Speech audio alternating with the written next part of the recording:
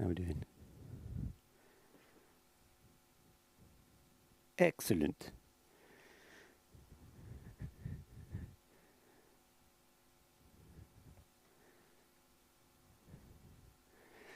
Excellent. We have contact. Right, this is the second time I'm doing this because yesterday didn't work at all. Right, here we go. Airborne was a close run thing between this and UFOs. 51% to 49%. Why do those ratios sound familiar to me? Maybe the Kremlin was involved in fixing this, so Airborne would win.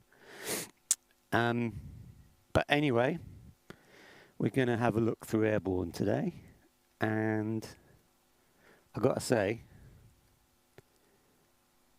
once again, I was quite surprised by what I found. So I was having a bit of a quick chat with Matt about like when we did this, and I think Airborne is one of the first things that we did. And the reason I think that is because if you look at the drums, there's... Come on, Sal, you can do this. Hey. There's literally only 8 tracks of drums, which is unheard of for an Amplifier record. And just listening to them, it's obvious that we did it in our old rehearsal room, our first rehearsal room, probably on ADAT, 16-bit ADAT. And it sounds like there's no posh mics at all on it. Like they just sound like all dynamic mics. We think that the overheads might have been a Maplin PZM, pair of PZMs. But, you know, that barely counts as a condenser mic. So let's just have a quick listen to those before we get into it. Here we go.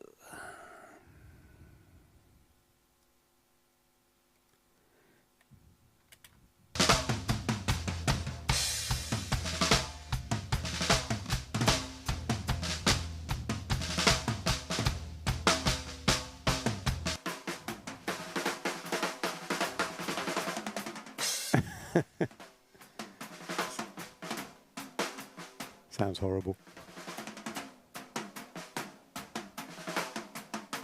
Yeah, I think it's the PZM. Okay, so this is the snare drum is, because we've not had enough tracks to record on, I've done the genius thing of bouncing both the snares together, which is a really bad idea.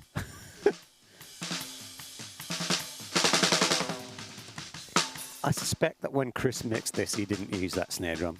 He probably used Sound Replacer.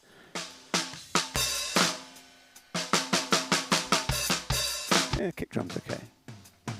But we've actually slowed these drums down at some point.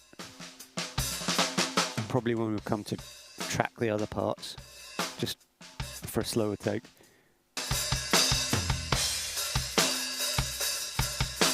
Says here that we've slowed it down by about half a semitone. Let's have a listen.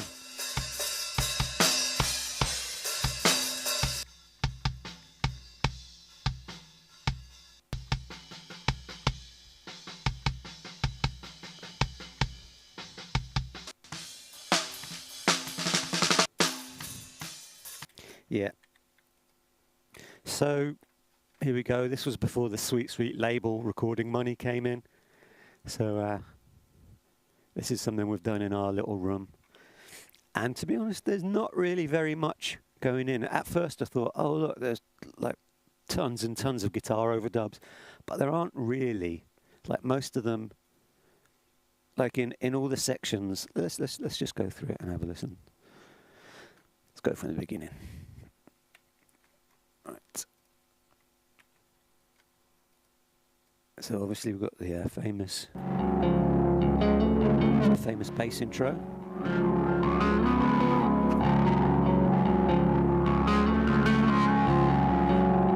So I remember actually doing this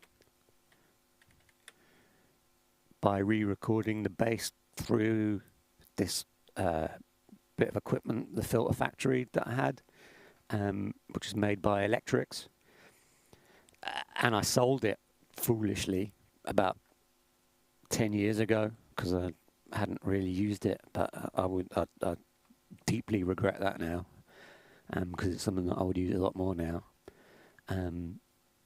So if you bought it off me and you want to sell it back to me, that would be great.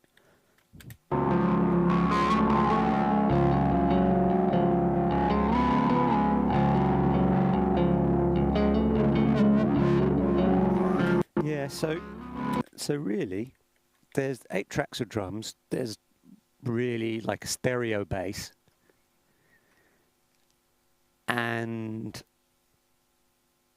like only really one guitar part, which I've just kind of put a load of textural stuff behind, landscapey stuff, and that's it. It's like there's no real complex overdubs or anything. In fact, it's ridiculous how little there is in it. It just all sounds good.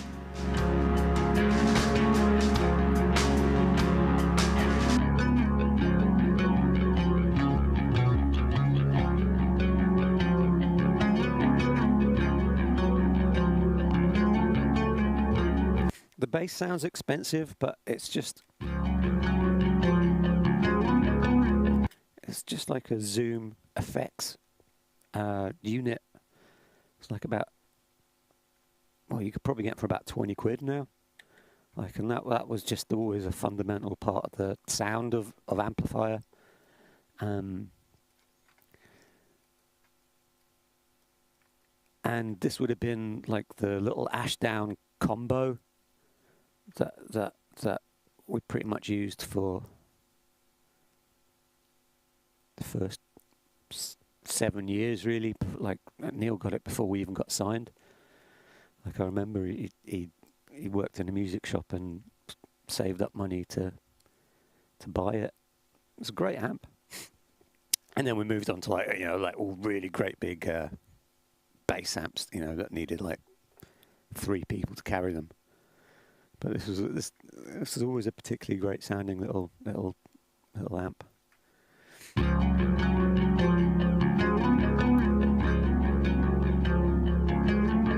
what we got here?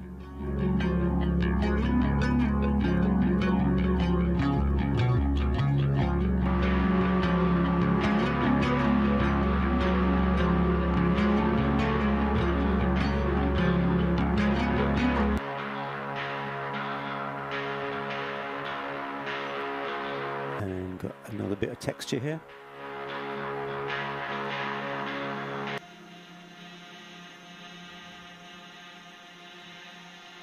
It's like an infinite plane of electricity.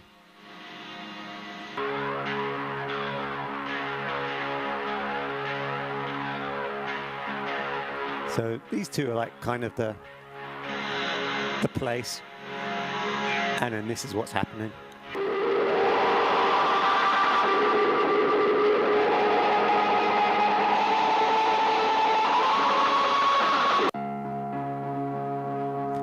That builds up quite a bit, doesn't it?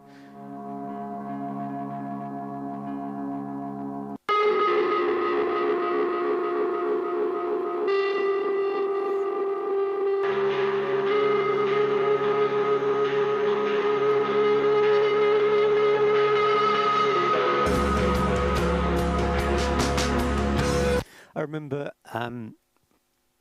after Steve started playing in the band and we had extra guitar at one gig, this guy said to him, Steve, you're overplaying at the beginning of... It was German, dude. You're overplaying at the beginning of Airborne. You should play much less. It's all about the wah, Steve. I loved how this guy was just like setting him straight about what is and what isn't Amplifier. And he was totally right. So it's all about the wah, Steve. It's a good t-shirt. Let's have a look what we got next.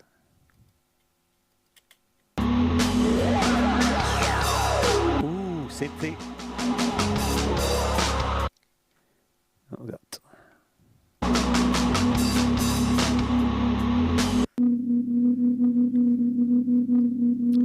So you can see here, it's like a load of different takes with the through the synth pedal that I've just kind of amalgamated into a part.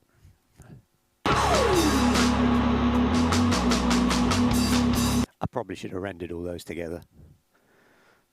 It's not very neat.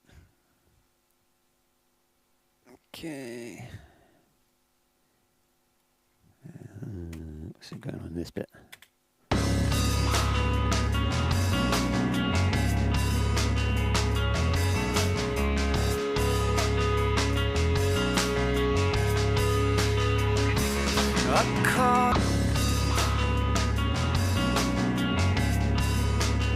How sections overlap is always really important, and when you're tracking up guitars, you should always be really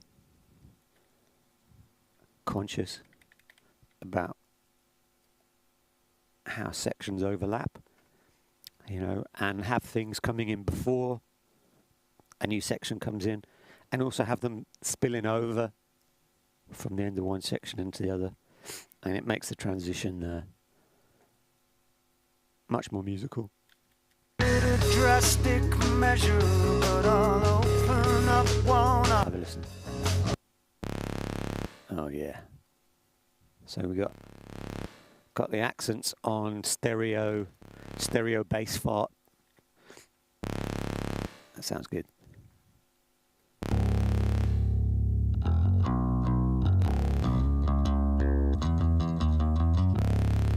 Yeah, it sounded like it. It's like left field or something. Yeah, definitely sounds like left field. Here we got the vocal. Little drastic measure, but I'll open up one eye. Oh my God! There's so. Can you hear how much bleed there is? I must have been using little drastic Walkman headphones. Little drastic measure, but I'll open up one eye. I'm all evolved and fully grown with 3 dimensions of my own. You can hear the hey, Mr. Dog. The distorted vocal effect here is just like picking out bits of the vocal to make it more interesting to listen to. Little drastic measure, but I'll open up one eye. Wouldn't have it that I'm loud, all evolved. Have it more. Of my own, and hey, Mr. Dog, well, I'm just an animal just like you. In a lake. Be more like that, I think. Fire than the belly of a little drastic measure, but I'll open up one eye. I'm all evolved and fully grown with 3 dimensions of my own. And hey, Mr. Doesn't really sound like my normal microphone. Little drastic measure, but I'll open up one eye. So maybe before I'd found my chosen microphone, which was a solid tube made by AKG. A drastic measure, but I'll open up one eye. I'm all. It sounds more like a small diaphragm as opposed to a large diaphragm. Right, what else we got? All evolved and fully grown with three dimensions of my own. Hey, Mr.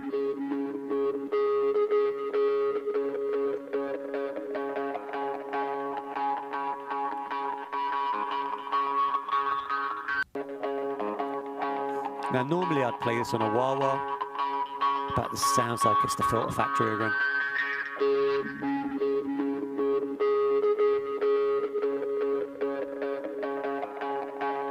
So maybe I just augmented it with that. Belly of the sun, and the belly of the sun, and inside this business of the gun, well, I heard the aero engines whine. And the belly of the sun. It's the eternal ethereal plane. You've always got to have the eternal ethereal plane in space rock. Like, that's the whole point of space rock, isn't it? Pray, 'cause it don't take God long to bless those feet that you're standing on the one-way ride. A heaven vibe upon wishes or demands. It's time to fly.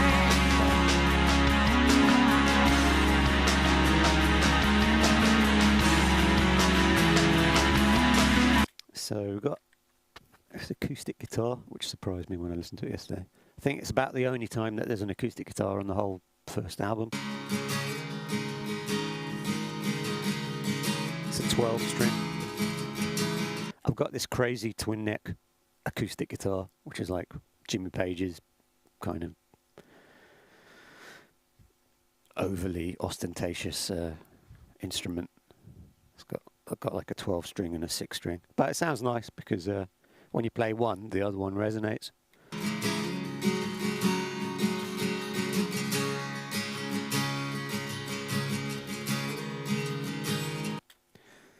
So let's have a look at the vocals. I'm pretty impressed with the vocals, to be honest. It's time to fly. Some falsetto. Well, it's well, it's time. There's so much spill. Fly, and I'm suffering the Okay, we've got so tons of ebos, Ebola.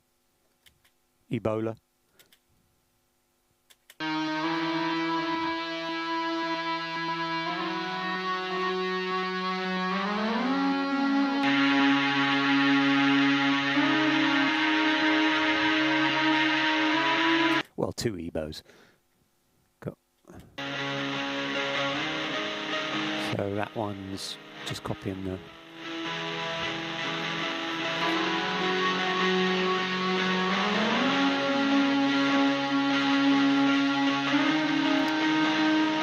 And we just got a bit of extra. Just a drone. It's a land of aggressive wasps. Okay, all right, so not much really going on in the chorus. I like it. All right, so verse 3, first 3 looks like there's a bit more going on here. Okay, so listen. Oops. suffering, the absolute all black-handed. It's crazy. Been serving with the boys and girls, all the secret rulers of the world and of Crazy pitch-shifted vocal. Been serving with the boys and girls, all the secret rulers of the world and rock. Day alive, once again evil on the throne. Hearts blacker than the setting sun. I hung 'em from my feathers. It's time to suffering the absolute of. Sweet. Let's have a look at the guitars. Suffering the absolute of black-handed days. Been serving with.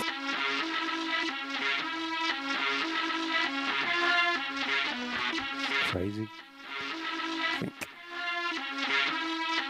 Bit of drums to help understand it.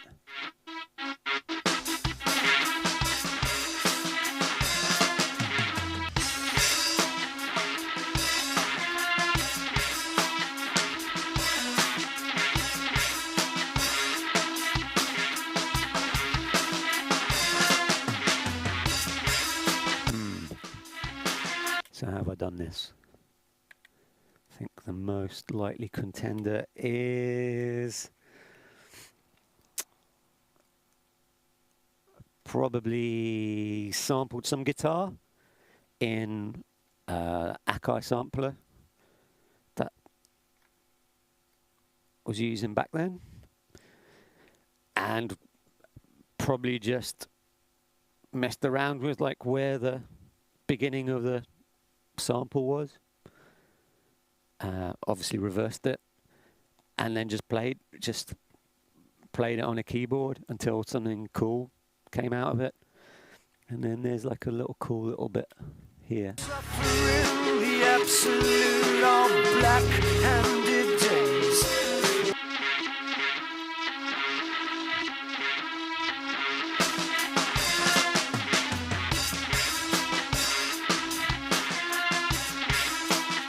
This tremolo.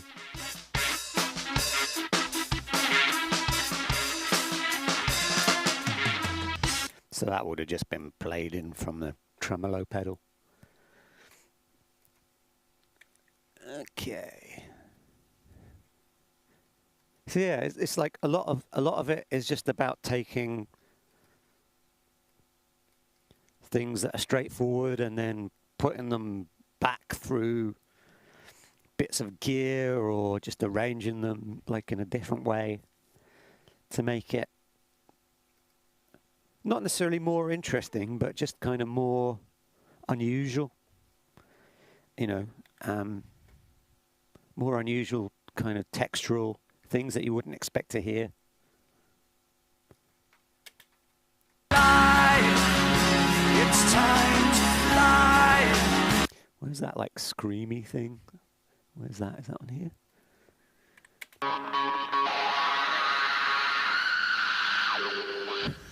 That's great. It's literally like a... It's like someone screaming. From my feathers, it's time to fly. It's time to fly. It's time to fly. It's time to fly. You know that I'm coming with intention so high that the purer thine air and what I got. Purer than ear. What I got on my minds now should be cruising on you. Cruising. Should be full on you. Should be swooping on you. Should be airborne on you. Airborne on to be carried along on a. Yeah. Got to harmonise your ears, definitely.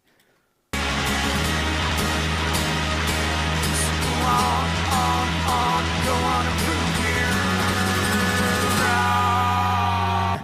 me. It's the Gypsy King version. Let's get the flamenco.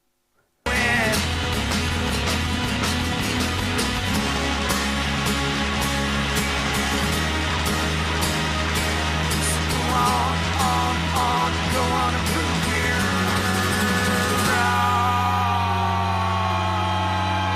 Should have got some castanets in it. Ay, ay, ay! What's going on here? Look, there's quite a lot of chopping. Maybe I've done that to make it just sit better with the drums. Okay.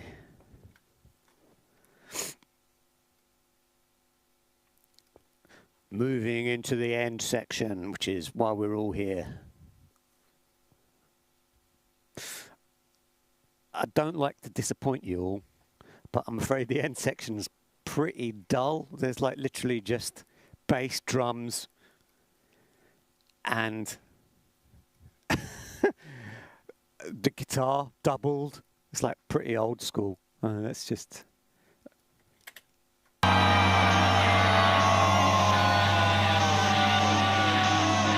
So here's a good transition.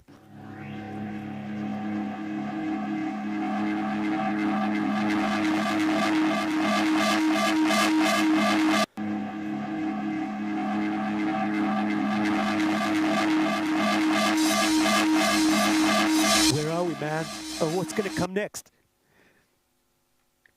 Yeah, that's what this bit is doing.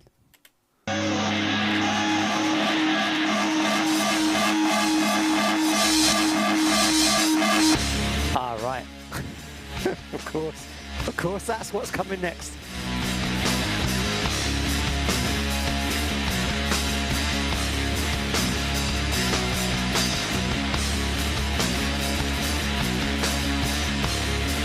Okay, those of you with keen ears may have picked up that this end bit, I've put this in.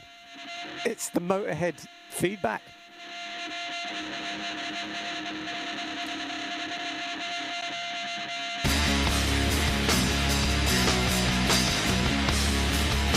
If something's worth doing, it's worth doing again and again and again.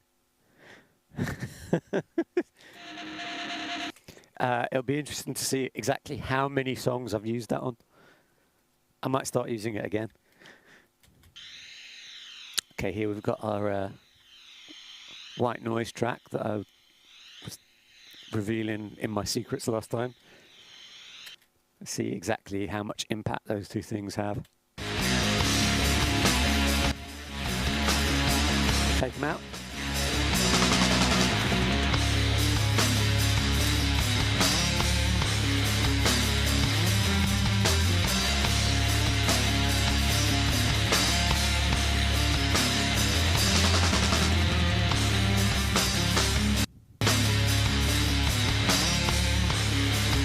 Take the white noise out.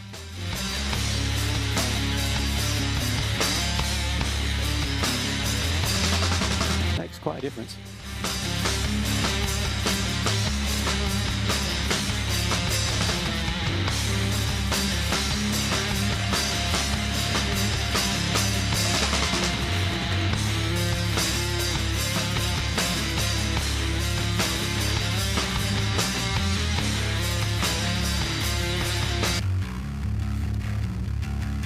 I think the other thing that I need to point out is this is the only song where we haven't used a click at all, which is presumably why we've gone back and decided that maybe we could make the drums a bit slower. And I suspect that because these two are different colours, that this blue part and this green part, this is slightly slower than that bit. So yeah, I don't know how. Would have been a nightmare for Chris to put all like the mix delays and program delays and reverbs in time, because there is no time. It's like it just changes quite organically all the way through it.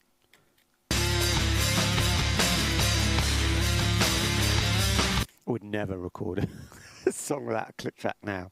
It just makes editing it together really much more complicated and time consuming.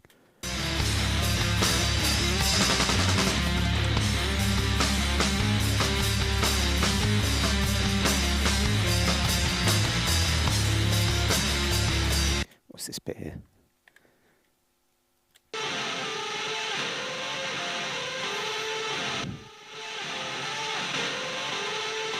More texture.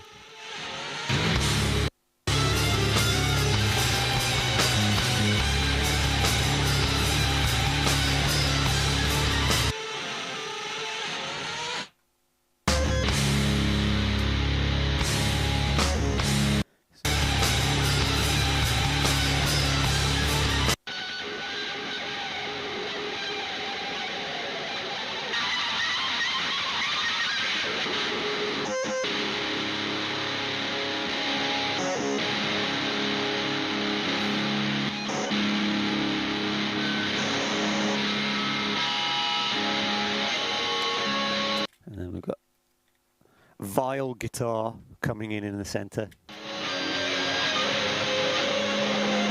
Let's have a listen to viol guitar. It's pretty horrible. Okay, but what I like about this, it's totally dry. There's just, you can hear that there's a bit of a room mic spill, but it's totally dry.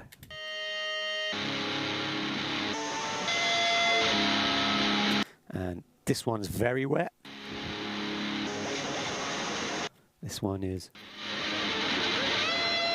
no, this one is moderately wet. This one is very wet. That's even further away.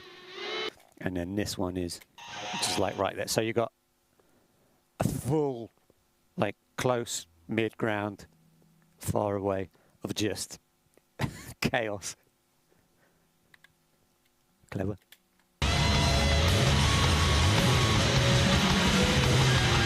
Ooh.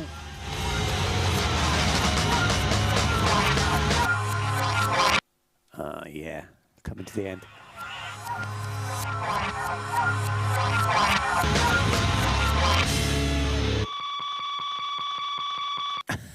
I love that. It's so random.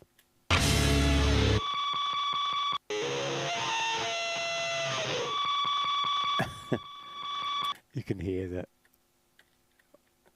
Obviously, I've stopped doing a take. One of the takes I've just stopped. And the pedal and amp have just continued oscillating. And it's just come up with this...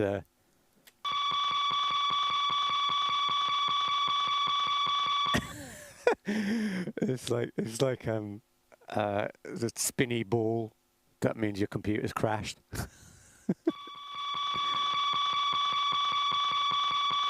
We're stuck. We're not going anywhere. And there's a couple of other little things I saw there. Let's have a check those out.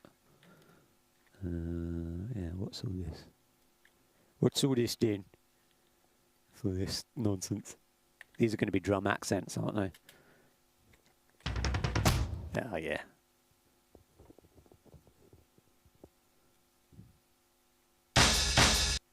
Okay, so these are just to pick out some bits on the drums.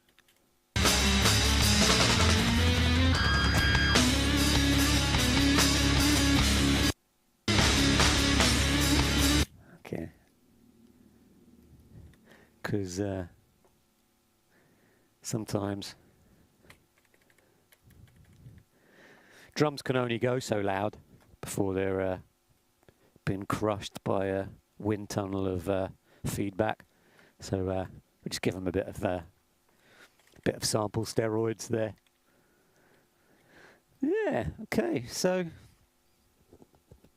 what have I learnt from listening back to this? So I think what I've learnt listening back to this is that you really, really don't need very much stuff at all to make it sound, for something to sound good. It just needs to be, coherent and thought, considered. Yeah, and also what's interesting is like there's only one guitar part, like in all the parts, and all the other things are just